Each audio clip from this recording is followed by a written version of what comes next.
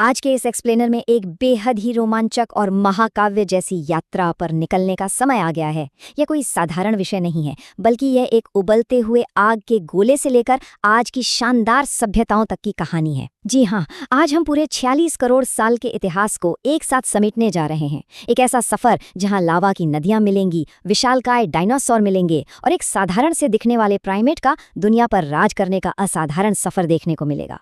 तो चलिए शुरू करते हैं इतिहास की सबसे बड़ी अंडरडॉग स्टोरी का यह दिलचस्प सफर। चीजों को आसान बनाने के लिए इस विशाल यात्रा को 6 महत्वपूर्ण अध्यायों में बांटा गया है। जन्म और जीवन, डायनासोर और महाविनाश, सोचने वाला प्राइमेट, हिम युग, बीज और धातु और आखिर में सभ्यता का उदय। तो चलिए सीधा गोता लगाते हैं अध्याय 1 में, जन्म और जीवन, जहां से पृथ्वी की शुरुआत हुई।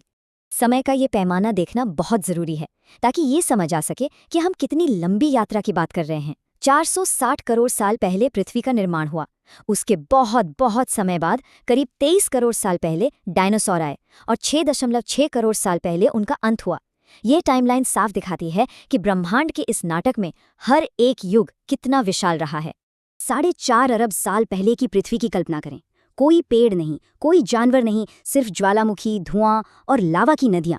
लाखों वर्षों की लगातार बारिश ने उस उबलती धरती को ठंडा किया और विशाल महासागरों का निर्माण किया। और फिर पानी की गहराइयों में एक चमत्कार हुआ। साइनोबैक्टीरिया नाम के सूक्ष्म जीवों ने जन्म लिया और वातावरण में ऑक्सीजन छोड़ना शुरू किया। सोचिए, यही वो जादुई बदलाव था जिसने जहरीली हवा को साफ किया और पृथ्वी को जटिल जीवन के लिए पूरी तरह से तैयार कर दिया। अब बढ़ते हैं अध्याय 2 की तरफ, डायनासोर और महाविनाश। विशालकाय जीवों का वो दौर जो कभी खत्म न होने वाला लगता था। वातावरण में ऑक्सीजन बढ़ने के बाद मंच उन जीवों के लिए सज चुका था जो इस ग्रह के निर्विवाद शासक बनने वाले थे। ट्रायासिक और जुरासिक काल में विकास ने आकाल की सारी सीमाएं तोड़ दी। जरा सोचिए, ब्रैकियोसॉरस के बारे में, 85 फीट लंबा और 40 टन से ज्यादा भारी, बिल्कुल एक चलते फिरते महल की तरह।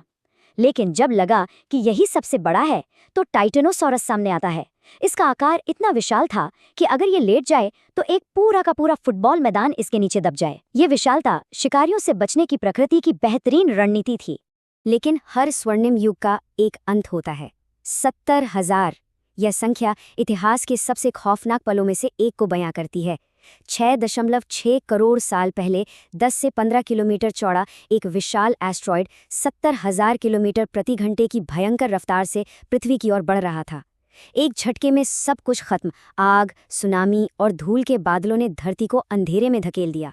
प्रकृति ने अल्टीमेट रीसेट का बटन दबा दिया था। यहाँ से कहानी एक नया मोड़ लेती है। अध्याय 3, सोचने वाला प्राइमेट यानी होमो सेपियंस का सफर। डायनासोरों के जाने के बाद मंच एकदम खाली था। बड़े शिकारियों के खत्म होने से रात में छिपकर रहने वाले छोटे स्तनधारियों को बाहर आने का मौका मिला और यहीं से उदय हुआ होमो सेपियंस का, जो करीब 3 लाख साल पहले पूर्वी अफ्रीका में सामने आए। दिलचस्प बात यह है कि होमो सेपियंस शारीरिक रूप से सबसे ताकतवर बिल्कुल नहीं थे। उनकी असली सुपर पावर थी उनका दिमाग। करीब 70,000 साल पहले हमारे पूर्वजों के दिमाग में एक क्रांति हुई जिसे कॉग्निटिव रेवोल्यूशन या संज्ञानात्मक क्रांति कहते हैं। इंसान अब सिर्फ सामने मौजूद चीजों को ही नहीं समझता था, बल्कि जो नहीं दिखता उसकी भी कल्पना कर सकता था। भाषा का विकास सिर्फ ये बताने के लिए नहीं हुआ कि झाड़ी के पीछे एक शेर है ताकि लोग बच सकें। असली जादू तब हुआ जब इंसान ने कहानियां गढ़नी शुरू की, जैसे चांद पर एक आत्मा रहती है। ये कल्पना की ही शक्ति थी जिसने हजारों अजनबियों को एक साझा कहानी और एक विश्वास के तहत एकजुट कर दिया। दूसरे जानवर कभी इतने बड़े झुंड नहीं बना सके, लेकिन इंसान साझा मिथकों के जरिए एक साथ काम करने लगा। ये सच में एक गेम चेंजर था।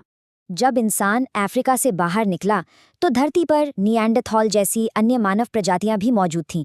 लंबे समय तक यही माना जाता था कि होमो सेपियंस ने उन्हें युद्ध में खत्म कर दिया। लेकिन आधुनिक विज्ञान इस 1 से 4% के आंकड़े के जरिए एक दिमाग हिला देने वाला सच बताता है। आज यूरोप और एशिया के लोगों के डीएनए में 1 से 4% हिस्सा निएंडरथॉल का है। इसका सीधा सा मतलब है कि हमारे पूर्वजों ने सिर्फ उनसे लड़ाई नहीं की, बल्कि उनके साथ रिश्ते भी बनाए। वे पूरी तरह मिटे नहीं, बल्कि हम में ही समा गए। अब आते हैं मानव इतिहास के सबसे कड़े इम्तिहान पर। अध्याय 4, हिमयुग। मानव फैल तो रहा था, लेकिन प्रकृति ने एक और क्रूर चुनौती पेश कर दी। करीब 20,000 साल पहले पृथ्वी का तापमान भयानक रूप से गिर गया। -20 डिग्री सेल्सियस की हड्डियां जमा देने वाली ठंड। लेकिन होमो सेपियंस हार मानने वालों में से नहीं थे। बिना किसी आधुनिक तकनीक या हीटर के उन्होंने जानवरों की खाल पहनी, आग का समझदारी से उपयोग किया और गुफाओं में शरण ली। सिर्फ अपनी सहनशीलता और लचीलेपन के दम पर वे हर माहौल में ढलना सीख गए थे। अध्याय 5, बीज और धातु। वो दौर जिसने इंसानी जीवन की रफ्तार बदल दी। हजारों साल के बर्फीले संघर्ष के बाद लगभग 11,000 साल पहले मौसम ने करवट ली और ये इतिहास का सबसे बड़ा टर्निंग पॉइंट साबित हुआ। पहले बर्फ पिघलती है, जिससे नदियों का निर्माण होता है।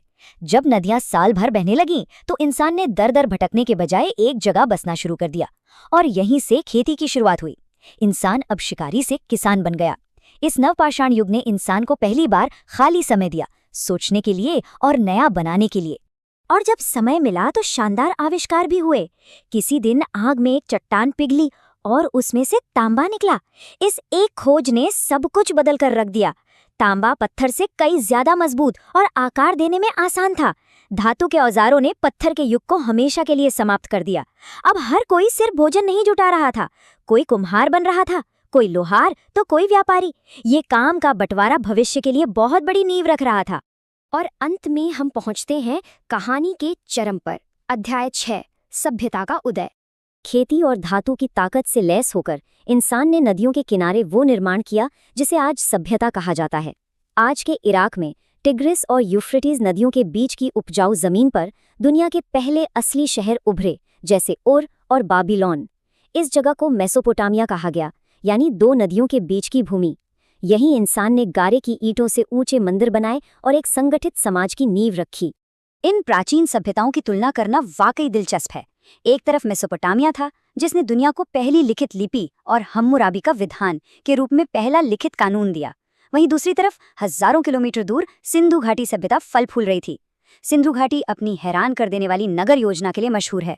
सीधे रास्ते, ईंटों के घर और ऐसा अंडरग्राउंड ड्रेनेज सिस्टम जो आज भी अचंभित कर दे। और मजे की बात, यहाँ हथियारों के ढेर नहीं मिले, जो दिखाता है कि ये एक अत्यंत शांतिपूर्ण और व्यापार पर आधारित समाज था।